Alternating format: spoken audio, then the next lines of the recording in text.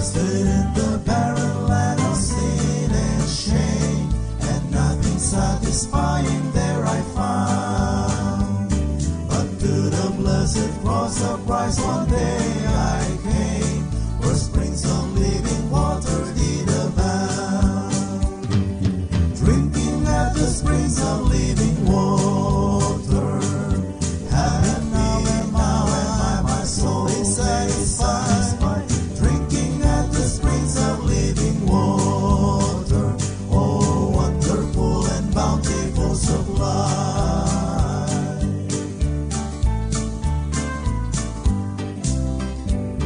How sweet the living water from the hills of God. It makes me glad and happy all the way. Now glory, grace, and blessing mark the path I trod. I'm shouting hallelujah every day. Drinking at the springs of living water, and now my soul is satisfied. Drinking at the springs of living water, oh wonderful and bountiful supply.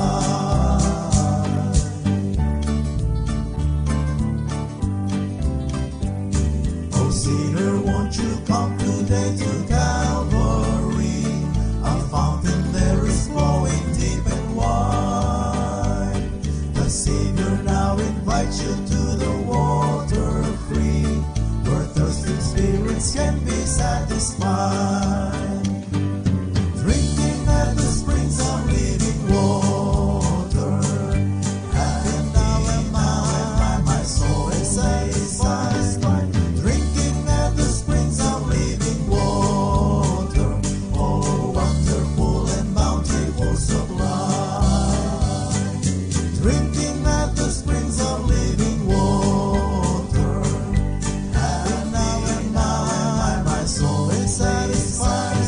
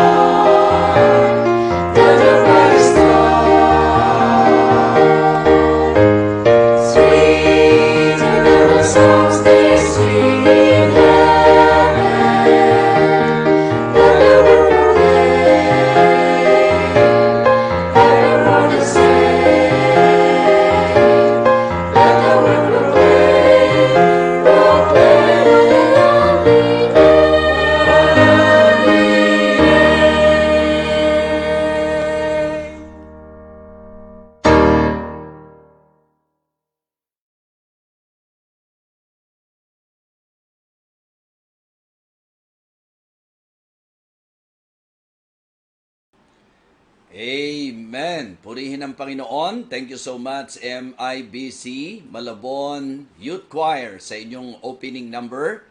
Isang mapagpalang Martes ng gabi po sa bawat isa. Tayo po ay muling magsasama-sama sa gabing ito para sa ating pagsasalo-salo sa salita ng Diyos. And I would like to welcome everyone. Lahat po ng mga ka-watch party, mga naitatag na kaibigan, kakilala at mga kaanak. Ganon din po sa mga naaabot ng ating share. Nais po naming i-welcome kayo sa ating pong ministeryong ito. Ito po ang Feasting on the Divine Verses online ministry. Nakasentro po ito sa pagbabahagi po ng dalisay na salita ng Diyos. Nothing but the Word of God. At nais ko muna pong pasalamatan si Deacon Bong Bernales sa kanya pong availability para po maging reliever po. Lalo na kapag ka po Monday, and I know na napagpala po kayo sa mabiyayang mensahe po kagabi. Kaya, Deacon Bong, thank you so much at sa lahat ng nasa likuran ng iyong pagmiministeryo, lalong-lalo na ang butihing pastor, ang aking matalik na kaibigan, Pastor Jeremiah Solomon. Thank you so much and looking forward that one day, si Pastor Jeremiah po ay maging guest natin dito po sa Feasting on the Divine Verses. So, again, thank you so much. Nice ko din pong batiin ang mga birthday celebrants po natin. So, at ito po ay hindi ko rin po pwedeng palagpasin, bagamat nabati naman po kahapon, pero gusto ko pong ipadama rin po ang aking taus-pusong pagbati. Belated happy birthday po sa aming Ating Maan, ang isa sa mga adult member ng church na talaga namang sobrang nakaka-inspire, blessing, encouragement, at talagang from the heart, sinasabi ko po sa kanya na talagang sa akin po, masasabi ko na makita ko pa lang siya, ito po'y encouragement na po sa akin. And I know the same na nararamdaman po yan ng mga mananampalataya sa Living Water Baptist Church. So kaya Ate Maan, belated happy birthday po at salamat sa napakasarap na treat sa inyong pong birthday. Sobrang nag-enjoy po kami. Magpalain po kayong lalo ng Panginoon. Ito naman, nais ko pong humingi ng patawad sapagkat ang aming pong matalik na kaibigang pastor, kamanggagawa, si Pastor Sam Medina, birthday po niya kahapon. And in fact, may celebration po at sorpresa sana ang pagbati po ng inyong lingkod. Subalit, salamat sa understanding po niya at ng mga kapatid po natin. So talagang na-overlook ko na po yung recording para po sa greeting, para po sa kanya. Kaya isa-shout out ko na lang po siya. My friend, Pastor Sam Medina, happy birthday po. Huli man daw at magaling, ang mahalaga, nakabati pa rin. At alam ko, hindi mo palalagpasin pa rin ang mga araw na ito na hindi tayo magkakasama sa iyong birthday. So, belated happy birthday, my dear friend. So, ganun din po, nais nating batiin yung mga nagsa-celebrate ng birthday exactly today. Ayan. So, unahin na po natin ang isa sa masigasig na manggagawa sa lugar po ng Nueva Ecija. Walang iba kundi ang anak sa gawain po ng aking BFF na si Pastor John. Pastor Bernie Tanda, happy birthday sa iyo. At blessing, nakaka-encourage, nakakatuwa ang ginagawa ng Panginoon sa ministry. So tuloy-tuloy lang. And members, patuloy pong samahan, balikatan at alagaan niyo po ang inyong pastor sapagkat very useful po siya. Happy birthday, Pastor Bernie. And another friend na nais nating batiin, si Pastor Steve Merpuri. Happy birthday, Pastor Steve Merpuri. God bless you more.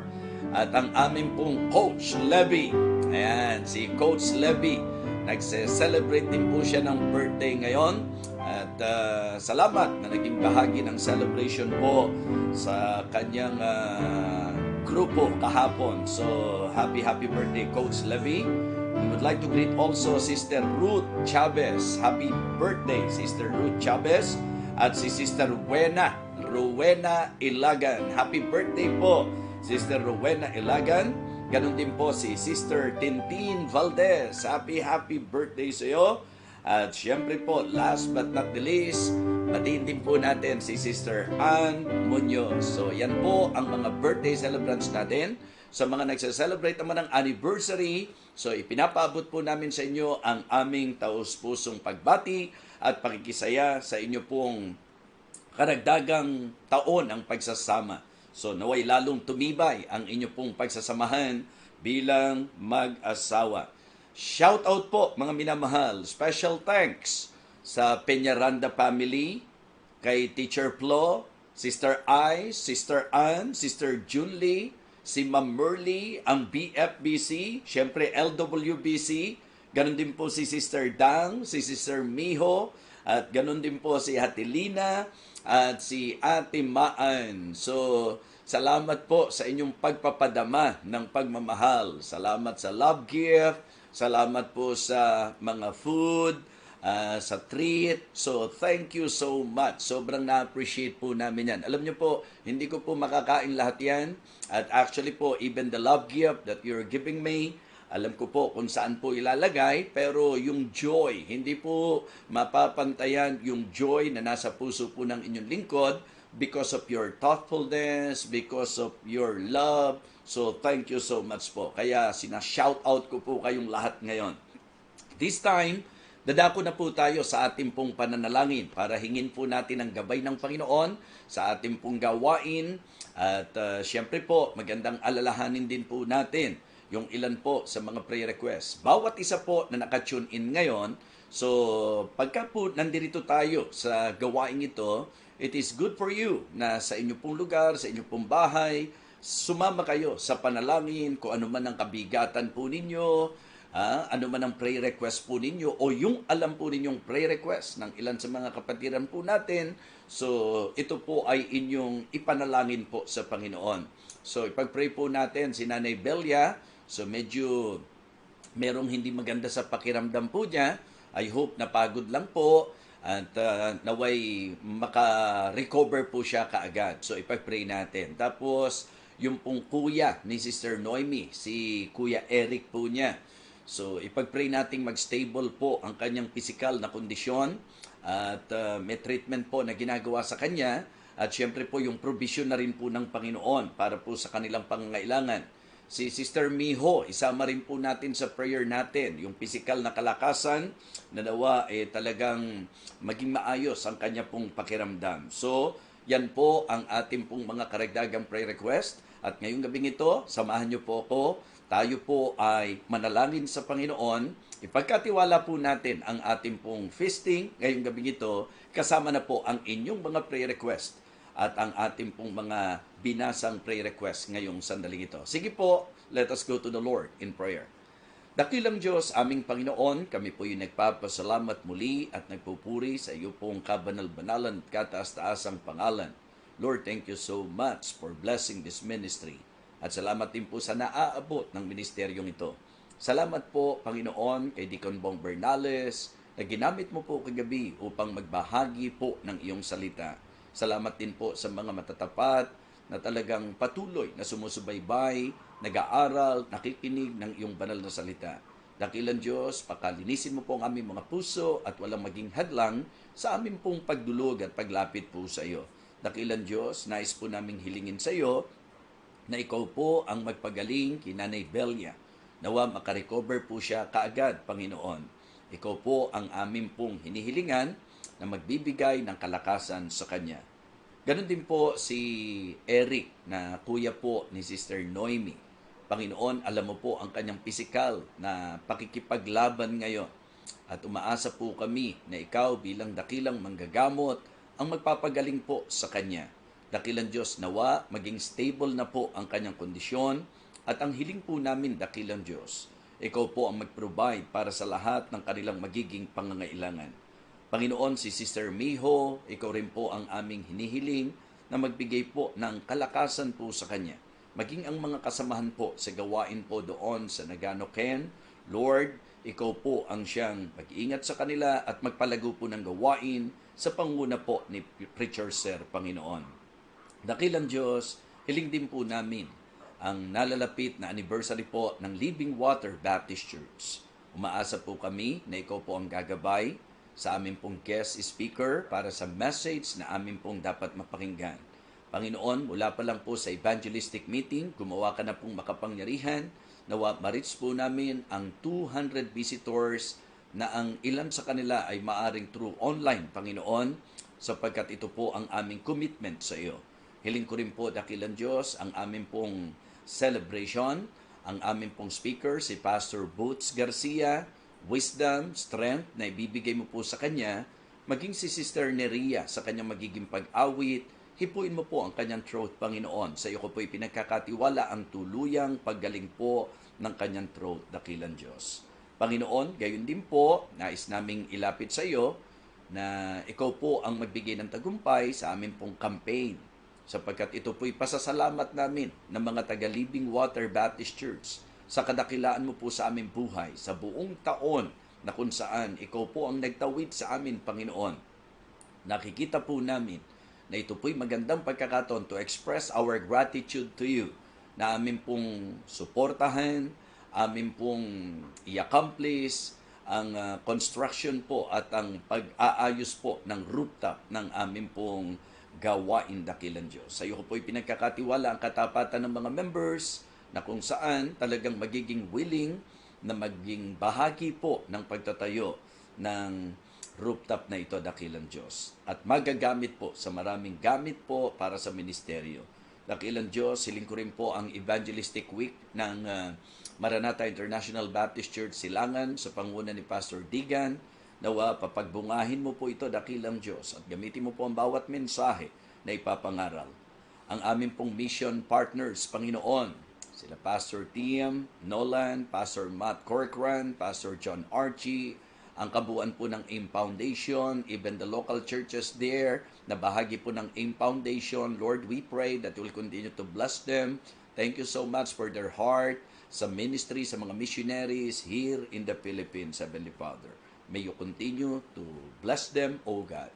And I pray, O Father, na yung mga sitwasyon po namin ngayon, katulad po ng pagsasaayos po ng amin po mga physical gathering, ang mga members po, nawa dakilang Diyos, gamitin ang pong pagkakataon nito upang ibalik po sa dati ang kanila pong puso sa paglilingkod at pagsamba.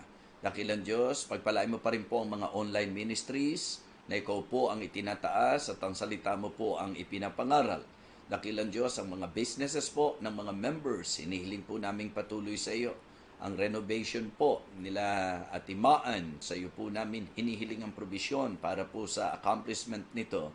Ganon din po ang mga kapatiran po naming nasa abroad, ang mga kapatiran po naming nalayo dito sa Manila, sa iyo po namin inilalapit, dakilang Diyos. At ngayong gabing ito, O Diyos, ikaw po ang siyang magpala sa iyong lingkod, patuloy na kalakasan po, lalo na sa mga schedules. Ikaw, dakilang Diyos, ang magbigay ng wisdom, protection, provision, at gayon din po ang aking pamilya. Patuloy mo pong ingatan, si Maris, everyday protection mo po sa kanya, at gayon din ang pagpapala mo po sa kanyang buhay, lalo na po ang kalakasan ng kanyang katawan. Si Sophia, patuloy na bigyan po ng wisdom sa kanyang pag-aaral, at provision din po sa kanyang mga pangangailangan. Ang nanay ko po, at ang mga kapatid ko kasama ang kanilang mga pamilya, patuloy ko pong inilalapit sila sa iyo na pagpalain mo po, ingatan mo po, basbasan mo po. Lahat ng kasama namin dito sa bahay, Pastor Orson, Teacher Tessie, ganun din po si Sister Cherry, si Sister Rose Ann, at maging si Brother Junjun, Panginoon. Nawa, ikaw po ang siyang lagi magpala po sa bawat gawa ng aming mga kamay. Ganon din po si Preacher Angel O at si Sister Ara. Nawa, i-grant mo na po ang kanilang heart's desire at patuloy mo rin po silang ingatan at pagpalain. Salamat po ng marami, Panginoon. Ipinagkakatiwala ko po na ikaw ang siyang gagabay at magpapala sa bawat isa, higit lalo sa iyong lingkod, ngayong gabing ito sa aming pong pagsasalo-salo sa iyong salita. Lahat ng naaabot ng online ministries na ito, amin pong itinataas sa iyo, dakilang Diyos, na pagpalain mo po, ingatan mo po, at ikaw po ang siyang magbigay ng kalaguan, kaligtasan po sa nangangailangan, at katibayan po sa mga mananampalataya sa kanila pong mga sitwasyon at pinagdadaanan. Bless us, O Lord, we pray. In Christ's most precious name, Amen Amen. Okay, this time, makinig na po tayo ng special number and then ang ating pong pagsasalo-salo sa salita ng Diyos.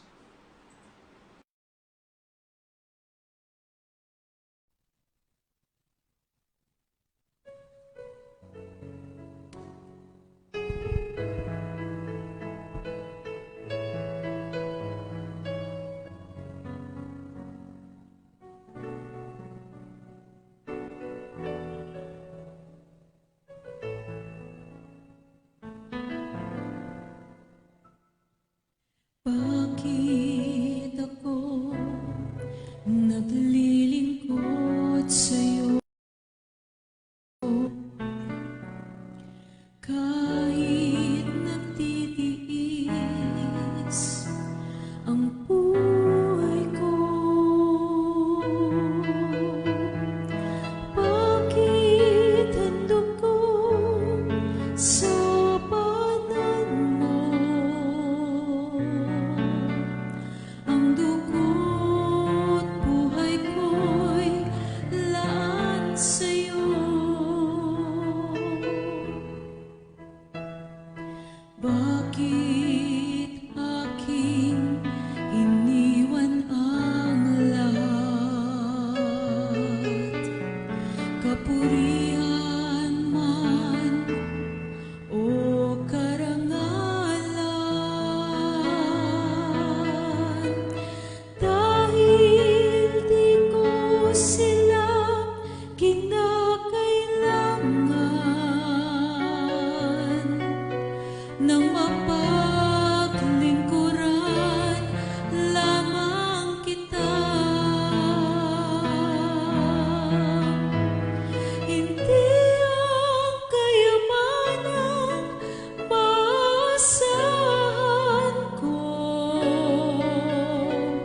di langit ang dahilan kung bakit ako'y sa'yo, at hindi ang gantimpala na kapalit, O Diyos.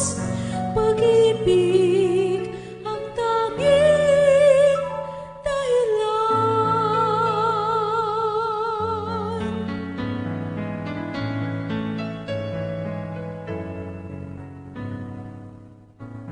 Sabi nila ako raw ay bulag at napabaliw na raw ako. Ngunit kahit ano pa ang marinig ko, ay di ko magawang iwanan ka.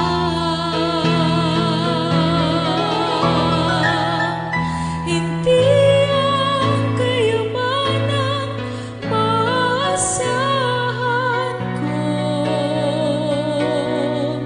di langit ang dahilan kung bakit ako'y sa'yo, at hindi ang gantimpala na kapalit, O Diyos. Pag-ibig ang tanging dahilan.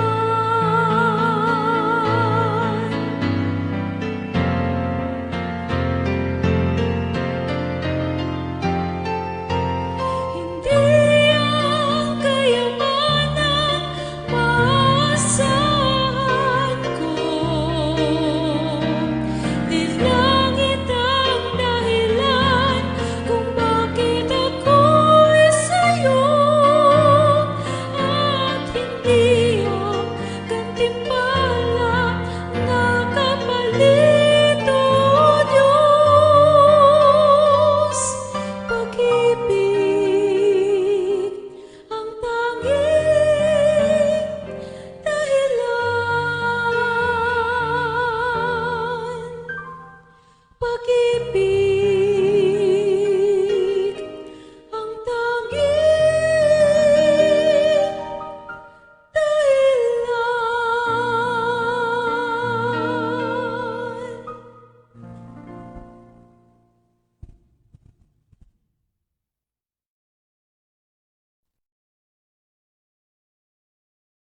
Praise the Lord. Thank you so much, Ma'am Joyce Digan, sa napakagandang special number, Pag-ibig ang tanging dahilan. So, nais ko lang po na i-congratulate nga pala ang God's Grace Believers Bible Baptist Church sa matagumpay na celebration po ng kanilang anniversary. Isang dekada na po ang kanila pong gawain sa biyaya po ng Panginoon. Kaya congratulations mula po sa kanilang pastor, si Pastor Burr Julius Tagulao. Congratulations po.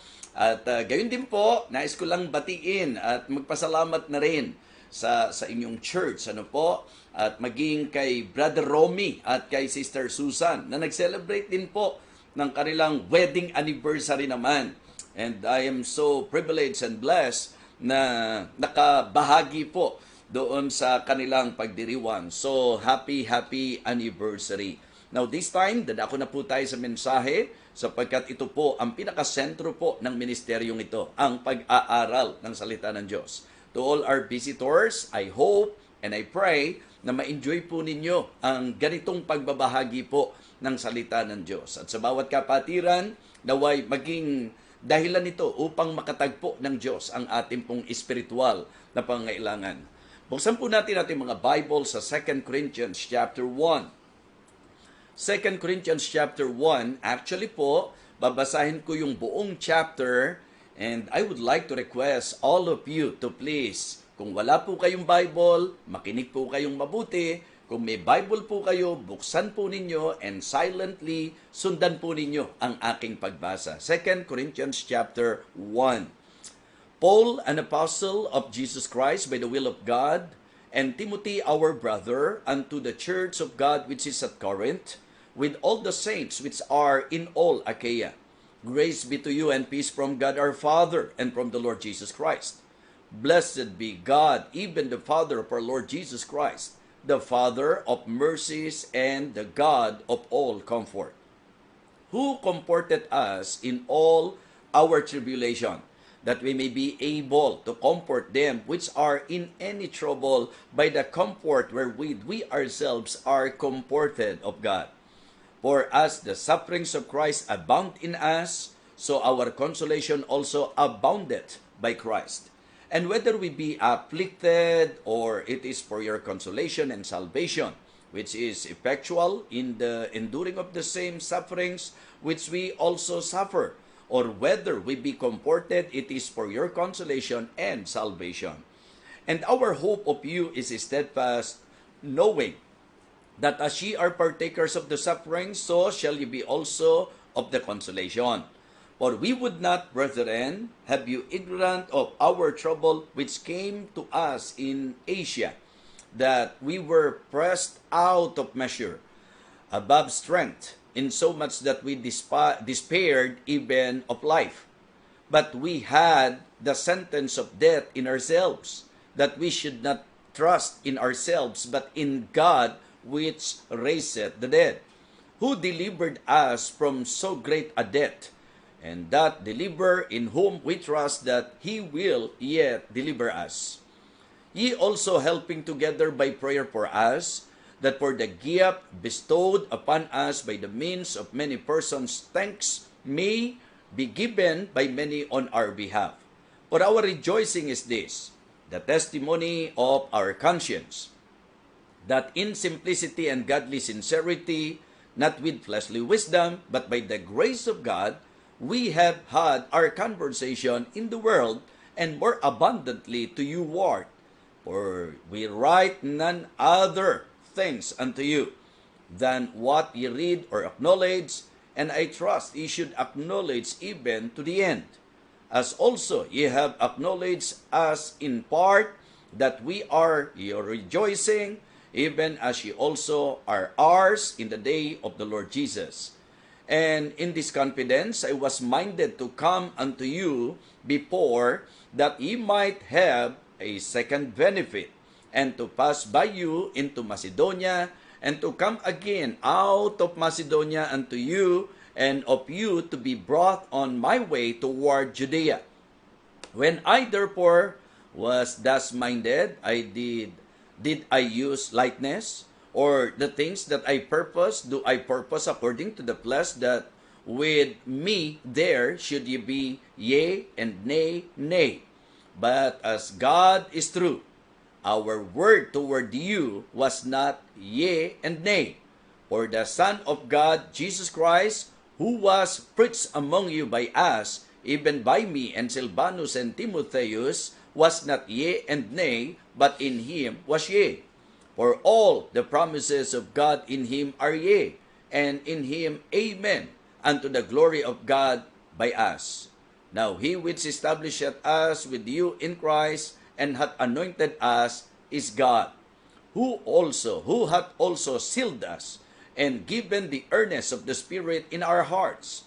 Moreover, I call God for a record upon my soul, that to spare you I came not as yet unto Corinth, not for that we had dominion over your faith, but are helpers of your joy, for by faith ye stand. Ang tatalakayin po natin ngayong gabi, mga minamahal, sa ating naging pagbasa po ng chapter na ito, ay ang message na pinamagatan ko pong, The God We Always Need. The God We Always Need. Ang Diyos na lagi po nating kailangan. Let us go to Him in prayer. Our gracious, loving Father, may You again guide us and bless us through Thy Word. Help me, O Lord, and empower me. Puspusin mo po ako ng banal na Espiritu. Abutin mo po ang mga pangangailangang espiritual ng lahat ng makikinig ngayon. Ang may mga pinagdadaanan, ang may matitinding laban sa buhay, ang mensaheng ito na wadakilang Diyos ang maging tugon upang sila po'y mapalakas, upang ang bawat isa po ay maliwanagan. Sa iyo ko po ipinagkakatiwala maging ang aking sarili dakilang Diyos.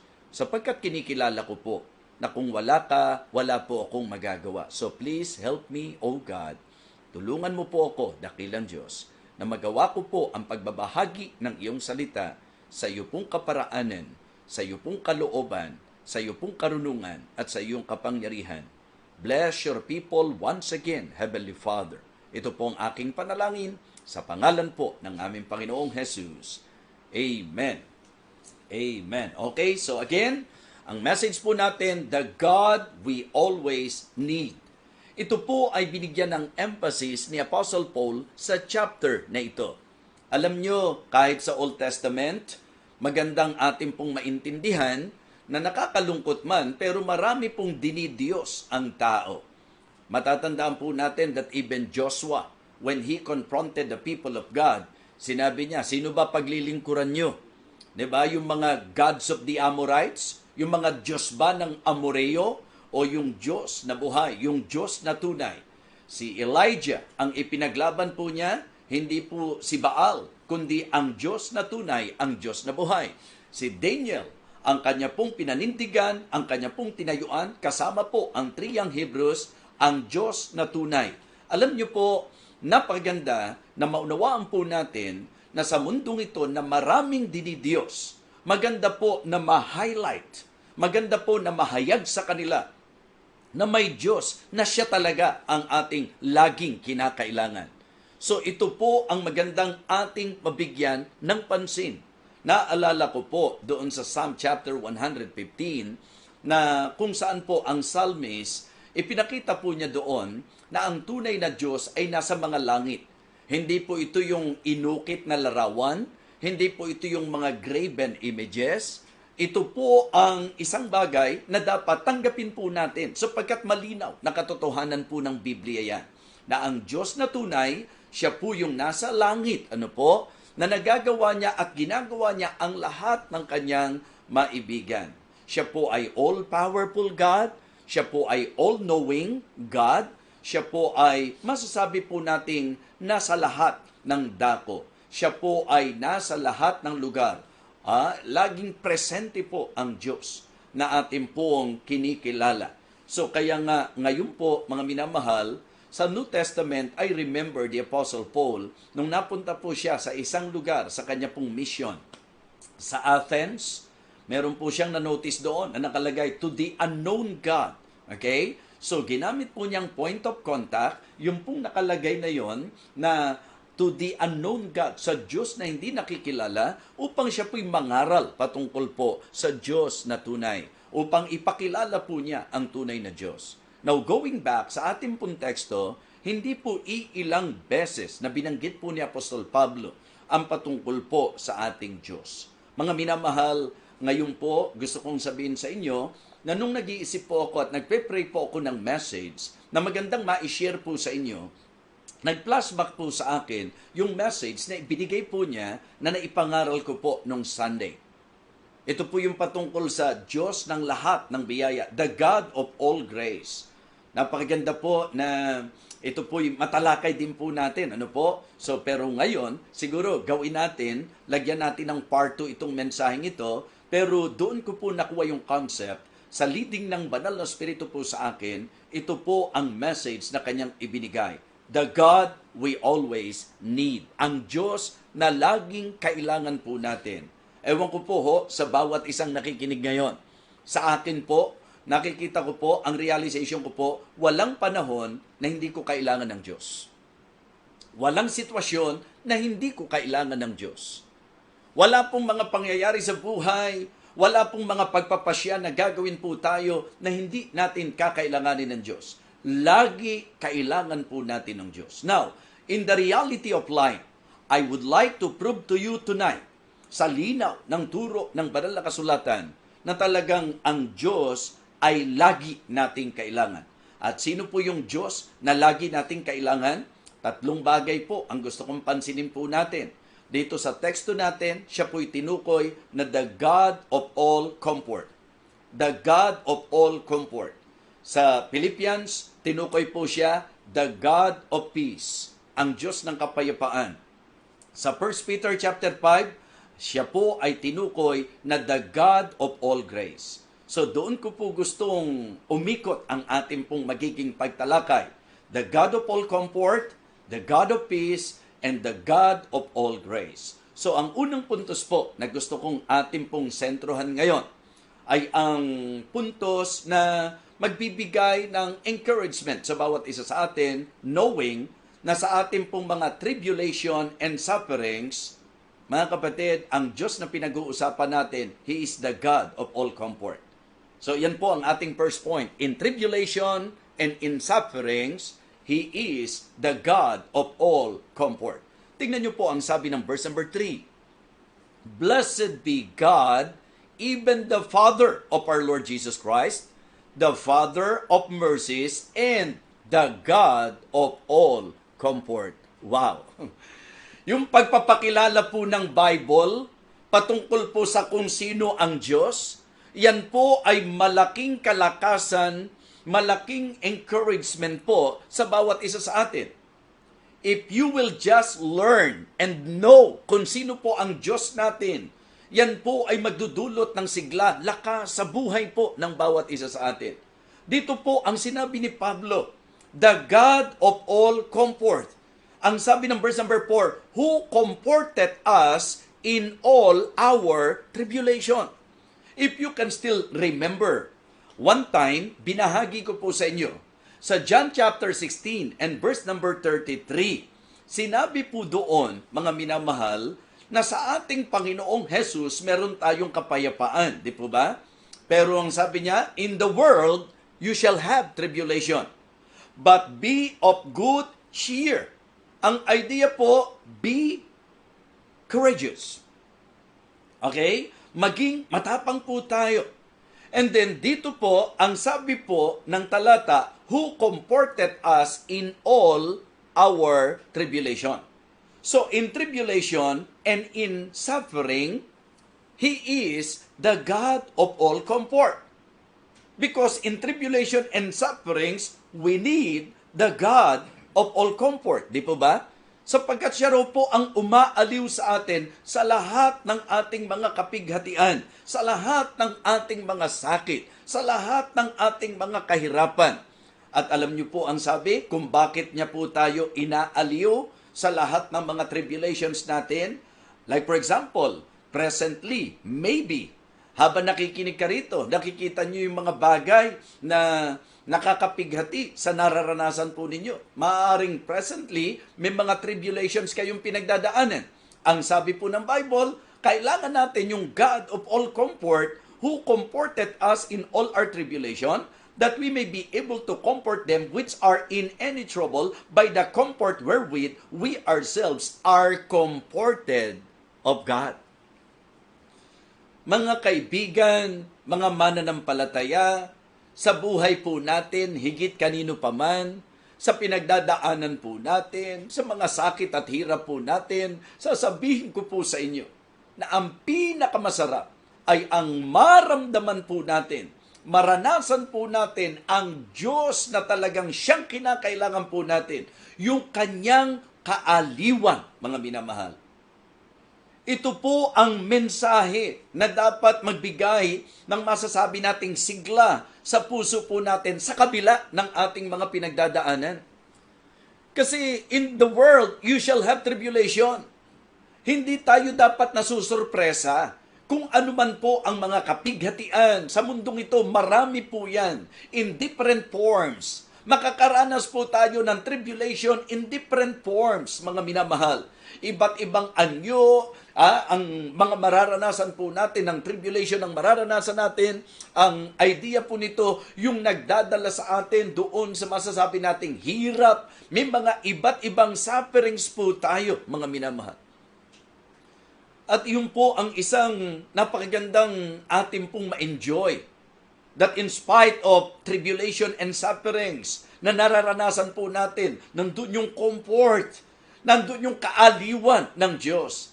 At sinasabi ko nga po sa inyo ngayong gabi, in tribulation and in suffering, He is the God of all comfort. Ang ibig sabihin po, dahil ang kailangan po ng nasa tribulation, ang kailangan po ng mga nasa sufferings ay ang kaaliwan. It is good, it is great, it is wonderful for us to know na ang Diyos na ating pong kinikilala ay Diyos ng lahat ng kaaliwan. Amen? Yes.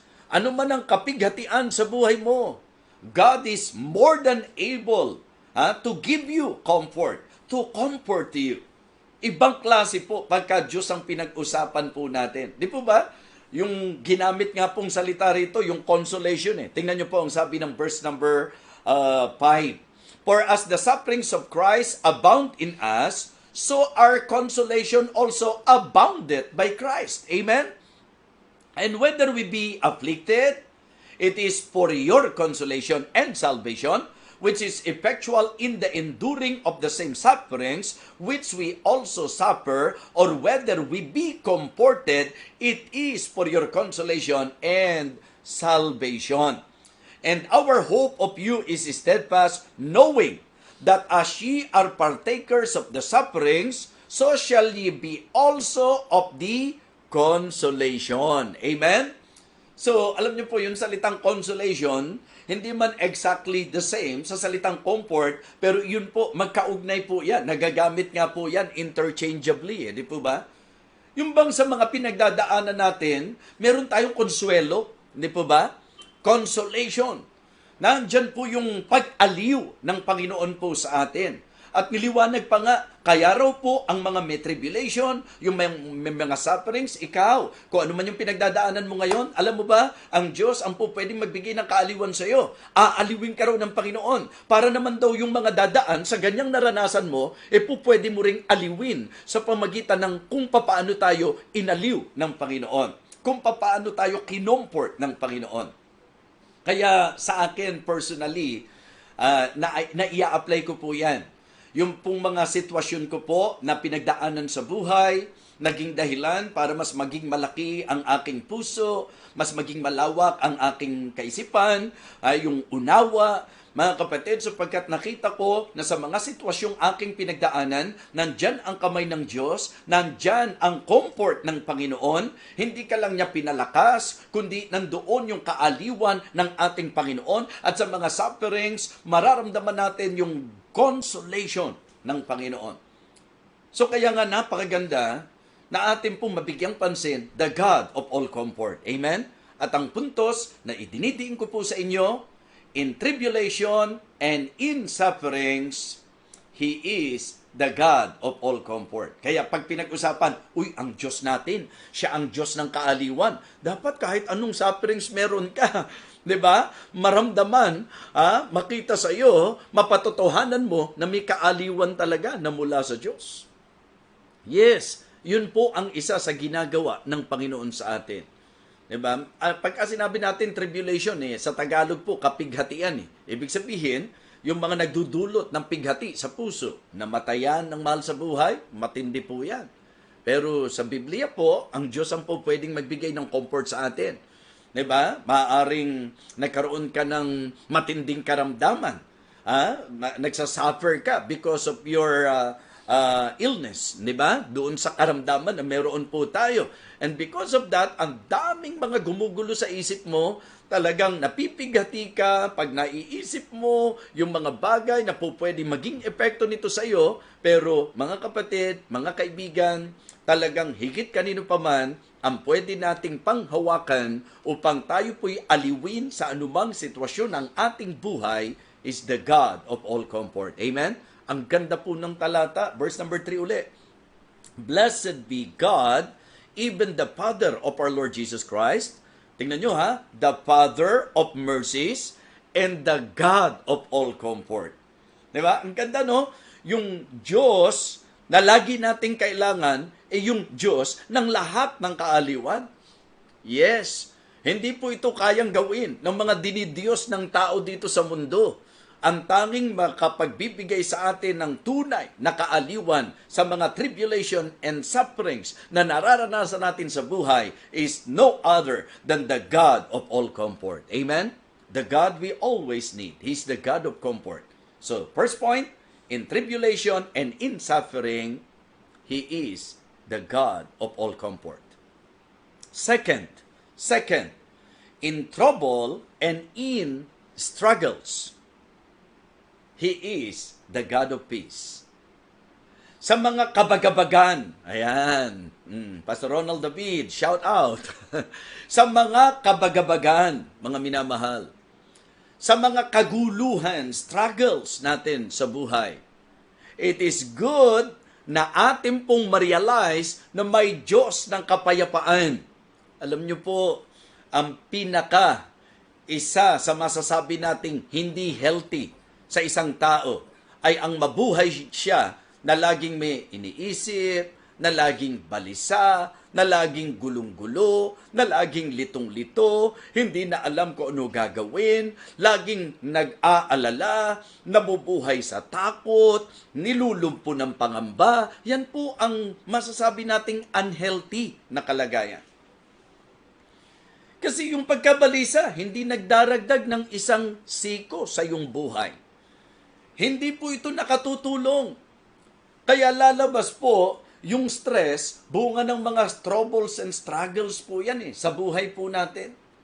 Yung mga kaguluhan sa buhay natin. So kaya napakaganda po na dito nyo mas ma-appreciate yung pong Philippians chapter 4 na lagi nating napapakinggan.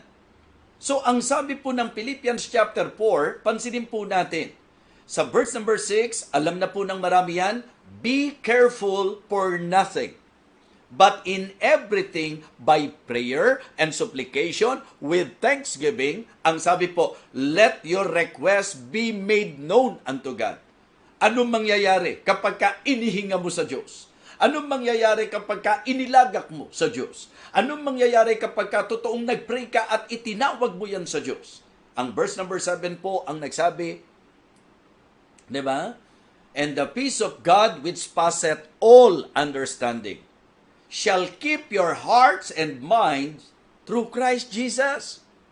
Kaya nga ang payo po niya sa mga taga-Pilipos, verse number 8, finally, brethren, whatsoever things are true, whatsoever things are honest, whatsoever things are just, whatsoever things are pure, whatsoever things are lovely, whatsoever things are of good report, if there be any virtue, and if there be any praise, think on these things.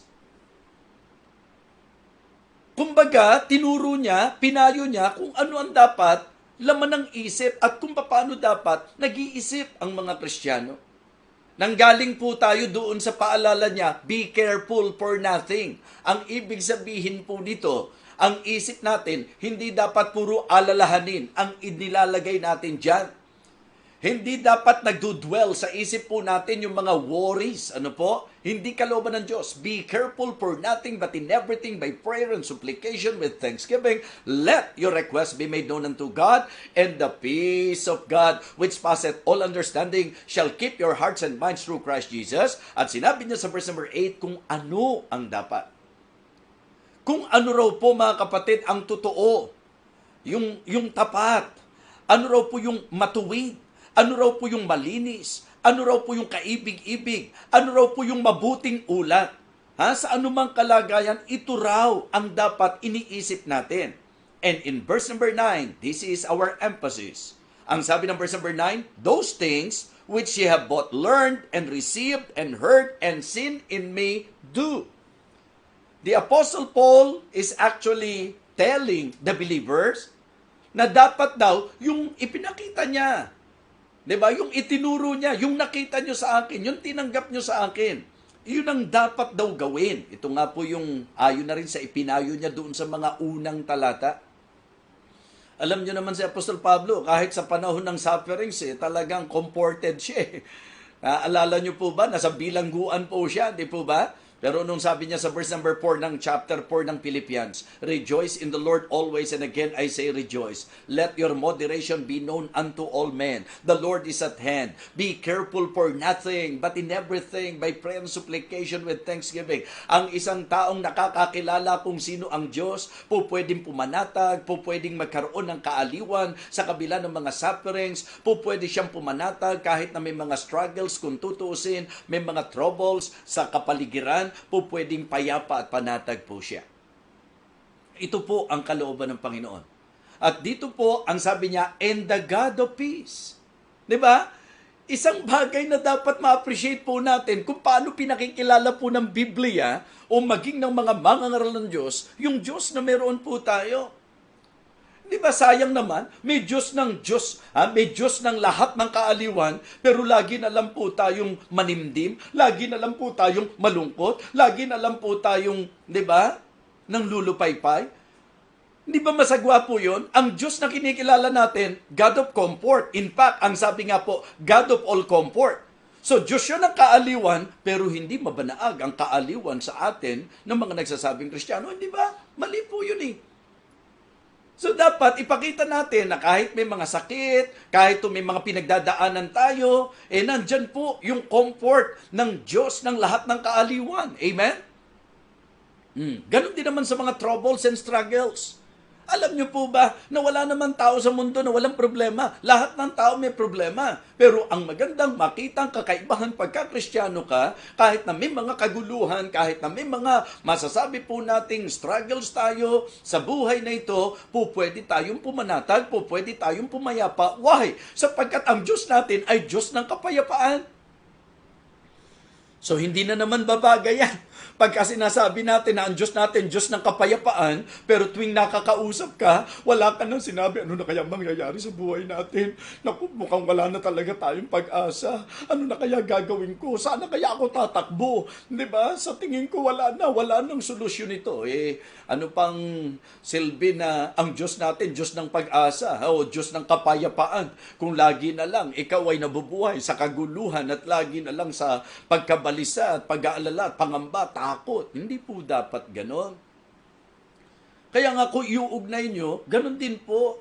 Sinabi ng Panginoon sa kanila, that in me you might have peace, but be of good cheer, di ba? In the world you shall have tribulation, but be of good cheer, I have overcome the world. So kung tayo po ay may mga troubles, kung tayo po ay may mga struggles, at kung tayo po ay medyo dumarating sa punto na napangihinaan ng loob, nagugulumihanan, nababalisa, yan po ay masasabi nating kaso maging ng mga naging disipulo ng Panginoon. Kaya again and again, God is trying His best to encourage them, to strengthen them, and to remind them, be of good cheer. Yun po, di ba? Sa John chapter 14, alam po natin yan. Yun ang paalala ng Panginoon. Pagka inaral po natin, yung palang pamumuhay sa kabalisahan. Pagka halimbawa, Sabi mo, Christian ka, no? Pero lagi kang daig ng problema, lagi kang daig ng mga sitwasyon sa buhay, lagi kang daig ng mga pinagdadaanan mo. Ibig sabihin, laging natatalo ka nila. Alam niyo po, ang lalabas, problema sa pananampalataya po pala yan. Yes. Pagka tayo po'y nabubuhay sa worry, kapag ka tayo po'y nabubuhay sa fear, kapag ka nabubuhay po tayo sa lagi na lang pong pag-aalala, mga minamahal, pagkabalisa, alam niyo po, yan ay sinyales, sign ng kakulangan po ng pananampalataya. So I remember the Lord Jesus Christ in John chapter 14, when He encouraged His disciples, ang sabi po niya sa verse number 1, John chapter 14 verse number 1, let not your heart be troubled. Ye believe in God, believe also in me. In my Father's house are many mansions. If it were not so, I would have told you, I go to prepare a place for you. And if I go and prepare a place for you, I will come again and receive you unto myself, so that where I am, there you may be also. And from time to time, Jesus is always mentioning to them yung kanyang kapayapaan. Sabi niya, iba yung kapayapaan na ibinibigay ko sa inyo. Hindi kagaya ng kapayapaang ibinibigay ng mundo. Ang ibinibigay ko sa inyo, kaya magpakatapang kayo. Be of good cheer. I have overcome the world. So kaya napakaganda po na makita natin na blessing, na ang Diyos natin, siya yung Diyos na lagi nating kailangan. Kasi sa tribulation and suffering, siya ang Diyos ng kaaliwan. Okay, sa troubles at saka struggles po natin, siya ang Diyos ng kapayapaan. Amen? Yes. In tribulation and sufferings, He is the God of all comfort. In troubles and in struggles, He is the God of peace. Yan po ang sabi ng Philippians chapter 4. And the God of peace shall be with you. Diba? Kasi ang napapansin natin lagi dyan, yung verses 6 and 7 eh. Okay? Yung verses 6 and 7. Be careful for nothing, but in everything, by prayer and supplication with thanksgiving, let your requests be made known unto God. Ito pa lang po, ang dami nakakaalam ng talatang ito. Pero, kumbaga sa school, laging dito tayo bumabagsak. Alam niyo po ba yung back subject na tinatawag? Ako po, alam na alam ko yan. Marami po ako niyan eh. Hindi ba pag nag-aaral ka, yung back subject, ang ibig sabihin, ito yung lesson na hindi mo mapasa-pasa. Hindi mo siya maipasa. Hindi mo siya malagpasan. Diba? So, ito po, pagka nagpakatotoo tayo, marami pong mga kahit na nagsasabing Kristiyano, ang back subject natin, Philippians 4, 6 and 7. Maganda palang magbigay ako ng message, tungkol sa mga back subject ng Kristiyano. Matthew 6:33, ang dami po, back subject yan eh. Diba? Ang tagal-tagal ng Kristiyano, bagsak pa rin sa Matthew 6:33. Ang tagal-tagal ng Kristiyano, bagsak pa rin sa Hebrews 10:25. Naku, parang maganda, wag ko munang i-share dahil mukhang magandang ibuo natin ang mensahe po yan. Diba? So, check your back subject. Ayan, magandang message yan. So, pero dito po, isa sa nakakalungkot, ang daming nakakaalam yan. In fact, paborito nga ng maraming i-quote yan. Minsan, nagpapayo ka pa nga, be careful for nothing. Pero pag ikaw na yung nandoon sa katayuan, na nagkasakit ka, hindi ka na mapakali, ano kaya mangyayari sa akin? Hindi kaya tumor na to, hindi kaya cancer na ito, hindi kaya dito na ako matetepok, di ba? Mga ganun eh. Inuunahan natin. Samantalang, ang pinakamagandang magagawa natin, once na pumasok po ang trouble and struggles, mga kapatid, the good thing, the best thing that we can do is to pray. Let your requests be made known unto God. Ang pangako, and the peace of God which passeth all understanding shall keep your hearts and minds through Christ Jesus. Di ba? Yun po yung lagi na sa sentrohan natin. So kaya pala, sapagkat siya yung Diyos ng kapayapaan, and the God of peace shall be with you. Yun po, mga kapatid. So nakakadalawa na po tayo. In tribulation and in suffering, He is the God of all comfort. Kailangan natin ang Diyos ng lahat ng kaaliwan. In troubles and in sufferings, in struggles, ang kailangan po natin, the God of peace. And then, pangatlo po, in testings and Satan's attack. Ayan.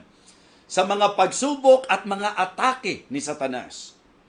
Ang kailangan naman natin, the God of all grace. Ayan. Maganda ho, makita nyo po. So we need the God of all grace. At ang Diyos na pinag-uusapan natin, He is the God of all grace. Yan po ang sinabi po ni Peter. Tingnan nyo po sa 1 Peter chapter 5. Actually po, magkakaugnay po yung puntos natin na yan. Sa 1 Peter chapter 5, ang itinuro ni Peter kahit na sa mga leader na po ng church. Ano po ang sabi niya? Sa verse number 7, casting all your care upon Him, for He careth for you. 1 Peter 5:7 po yan. Nailagak nyo sa Kanya ang lahat ng inyong kabalisahan, sapagkat kayo ay ipinagmamalasakit niya. Sa verse number 8, maliwanag, may kalaban. Be sober, be vigilant, because your adversary the devil, as a roaring lion, walketh about, seeking whom he may devour. Kaya pwede nyo pong iugnay sa unang puntos, sa pangalawang puntos, na huwag na kayong magtataka kung may tribulation, huwag na kayong magtataka kung may sufferings, huwag tayong magtataka kung may mga troubles, huwag tayong magtataka kung may mga struggles. Huwag! Why? Sapagkat may Satanas. At siya po ang umaatake po sa atin. Kaya ang paalala niya, ganito po. Ang sabi po ni Peter, yung mga kabalisahan nyo, parang, tingnan nyo po ho, yung concept niya at yung concept po ni Paul. Niliwanag po nila yan. Be careful for nothing, but in everything by prayer and supplication with thanksgiving, let your requests be made known unto God. Kumbaga po, are you weary? Are you heavy-hearted? Tell it to Jesus. Tell it to Jesus. Okay? Yung isa naman doon, sabi, are you troubled at the thought of dying? Tell it to Jesus. Tell it to Jesus. So, yung paglalagak, ang ibig sabihin nito, kakausapin mo ang Diyos. Hihinga ka sa Diyos. Diba? Tatawag ka sa Diyos. Dapat ganun po yun eh. So, the idea is the same. Casting all your care upon Him, for He careth for you. In verse number 8, be sober, be vigilant, because your adversary, the devil, as a roaring lion, ang sabi po, walketh about, seeking whom he may devour. Naku, umaatake po yan lagi, si Satan. Kaya sabi ng Bible, neither give place to the devil. Ang sabi po, lest Satan should get an advantage of us, for we are not ignorant of his devices.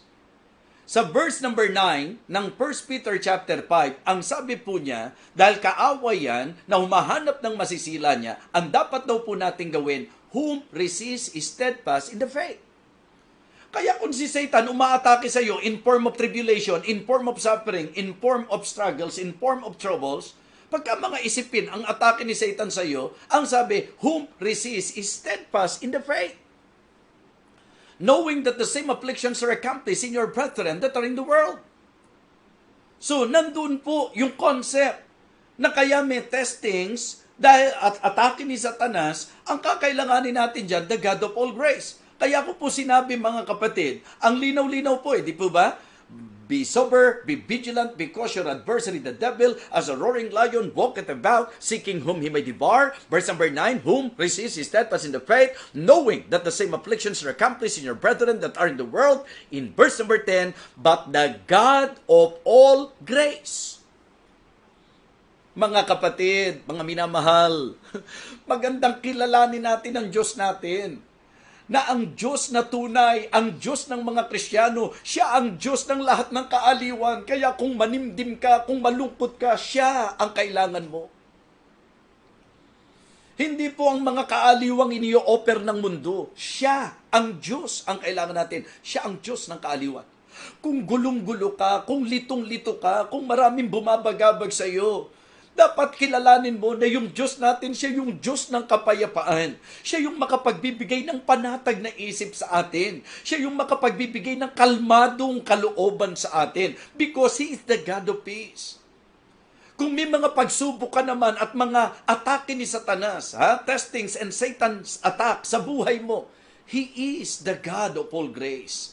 Siya yung Diyos ng lahat ng biyaya. Again, 1 Peter 5:10, but the God of all grace, who hath called us unto His eternal glory by Christ Jesus. Ano ang sabi po niya? After that ye have suffered a while, make you perfect. Di ba? Establish, strengthen, settle you. Nakita niyo po? The God of all grace, siya po'y able na sa kabila ng atake ni Satanas, tayo po ay kanyang patatagin. Tayo po ay kanyang palakasin. Tayo po ay kanyang masasabi po nating isettle, mga kapatid. Napakaganda po. Nakilalanin natin, the God of all grace. May pagsubok ka ba? O marami bang atake si Satanas sa buhay mo? So, magandang makita mo na meron tayong Diyos ng lahat ng biyaya. Tingnan niyo po ang sabi ng 1 Corinthians. Ano po? 1 Corinthians chapter 10. Ito, alam na alam ng marami sa atin. But I want all of you to please focus your eyes, ano po, and mind dito po sa sinabi, verse number 13 ng 1 Corinthians chapter 10. There hath no temptation taken you, but such as is common to man. But God is faithful, who will not suffer you to be tempted above that ye are able, but will with the temptation also make a way to escape, that ye may be able to bear it. Alam niyo po ba ang ginagawa ng Diyos? Binibigyan niya tayo ng biyaya para makayanan natin kung anuman ang pagsubok at atake ni Satanas sa buhay natin. Anong sabi po ni Apostol Pablo kay Timothy? Thou therefore, my son, be strong in the grace that is in Christ Jesus. Kasi labanan po talaga ang buhay ng mga Kristiyano dahil may Satanas po na umaatake sa atin. At sinasabi ko, lahat makakarelate dito sa mensaheng ito, mga kapatid. Makakarelate po kayo. Because all of us, we have tribulation here on earth. Diba? We are experiencing suffering sa buhay po natin. And also, mga troubles and struggles, testings and Satan's attack. Pero sinasabi ko po sa inyo, ito ang dahilan kung bakit ipinapaalala po ng mensahe natin, the God we always need. He is the God of all comfort. He is the God of peace. And He is the God of all grace. Pagka may mga tribulation and suffering ka, be reminded that our God, He is the God of all comfort. Kapag kami mga troubles and struggles sa buhay mo, gumugulo, nanlilito, bumabagabag, our God, He is the God of peace. Kapag kami mga pagsubok, temptations, testings, and Satan's attack sa buhay po natin, maalala mo, kailangan natin the God of all grace. Pagka binalikan niyo po yung teksto natin, halos nakapaloob po sa buong chapter na yan ang katotohanan that our God is the God of all comfort, the God of grace, and the God of peace. So ngayong gabing ito, umaasa po ako na sa anumang sitwasyon na kinalalagyan natin ngayon at anumang atake ni Satanas ang maaaring nararanasan natin ngayon, nawa ang mensaheng ito ay ating pong panghawakan. Ang linaw-linaw po, mga kapatid. Ang sabi ng Bible, resist the devil and he will flee from you. Pero alam niyo po ba ang context nun? Submit yourselves therefore to God, resist the devil. Para mangyari yon, humble yourselves under the mighty hands of God. At pagka ikaw ay nagpakababa, ibinibigay at pinasasagana ng Diyos ang kanyang biyaya. Hindi natin kaya ang atake ni Satanas without the grace of God. So kailangan natin yung strengthening grace of God, yung biyaya ng Diyos na magpapalakas po sa atin. Ngayong gabi, mga minamahal, mga kaibigan, umaasa po ako na muli tayong kinausap, pinagpala ng salita ng Diyos. The God we always need. He is the God of all comfort, the God of peace, and the God of all grace. Kaya tribulation, sufferings, troubles, struggles, testings, and Satan's attack, ang kailangan po natin, lagi nating kailangan ang Diyos. Kaya, yung title pa lang, maging paalala na. The God we always need. Hindi po yung Diyos na kinikilala ng mga pagano, hindi po yung Diyos na hindi tunay, kundi yung Diyos na nasa mga langit, siya po yung Diyos na atin pong dapat kilalanin sa buhay na ito. Mga kapatid, mga kaibigan, naway napalakas tayo ng mensahe ng salita ng Panginoon. Let us pray. Our gracious, loving Father, we are so thankful na ang message na ito ay amin pong napakinggan. Thank you so much for reminding us and thank you for encouraging us, O God. Kailangan po namin ito, O Diyos. Alam ko po na sa bawat nakikinig ngayon, posible po na may mga pinagdadaanan, mga sufferings na nararanasan, maaaring struggles, o kaya Satan's attack sa iba't ibang anyo, dakilang Diyos. Pero sapat sa amin na ngayong gabi, na-realize namin at natutunan po namin na Ikaw ang Diyos na lagi namin kailangan. Sa panahong kailangan namin ng kaaliwan, Ikaw ang po pwede namin panghawakan. Kailangan namin ng kapanatagan at kapayapaan, Ikaw ang Diyos ng kapayapaan. At kailangan namin ng biyaya upang makayanan ang lahat ng laban sa buhay nito. Ikaw ang Diyos ng lahat ng biyaya. Kaya maraming salamat po at na kami po ay tunay na nagpupuri sa iyo. Nawa Panginoon, tulungan mo po ang mga mayroon pong mga mabibigat na sitwasyon. Panatagin mo po ang mga may kabagabagan. Pagalingin mo po ang mga may karamdaman. Palakasin mo po ang mga nangihina.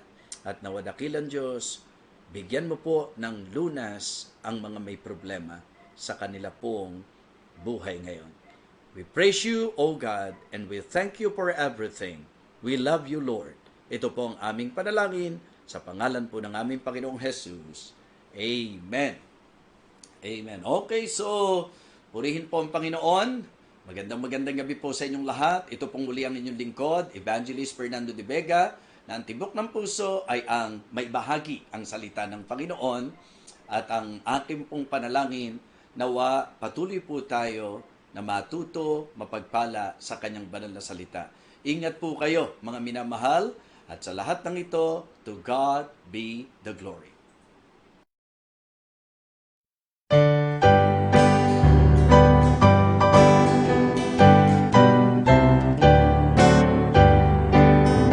I heard an old story, how a Savior came from glory, how He gave His life on Calvary to save a wretch like me. I heard about His groaning, of His precious blood's atoning, and I repented of my sins and won the victory. Oh, victory in Jesus, my Savior forever. He sought me and bought me with His redeeming blood. He loved me ere I knew Him, and all my love is to Him. He plunged me to victory beneath the cleansing flood. I heard about a mansion He has built for me in glory, and I heard about the streets of gold beyond the crystal sea, about the angels singing and the old redemption story, and some sweet day I'll sing up there the song of victory. Oh, victory in Jesus, my Savior forever. He sought me and bought me with His redeeming blood. He loved me ere I knew Him, and all my love is to Him. He plunged me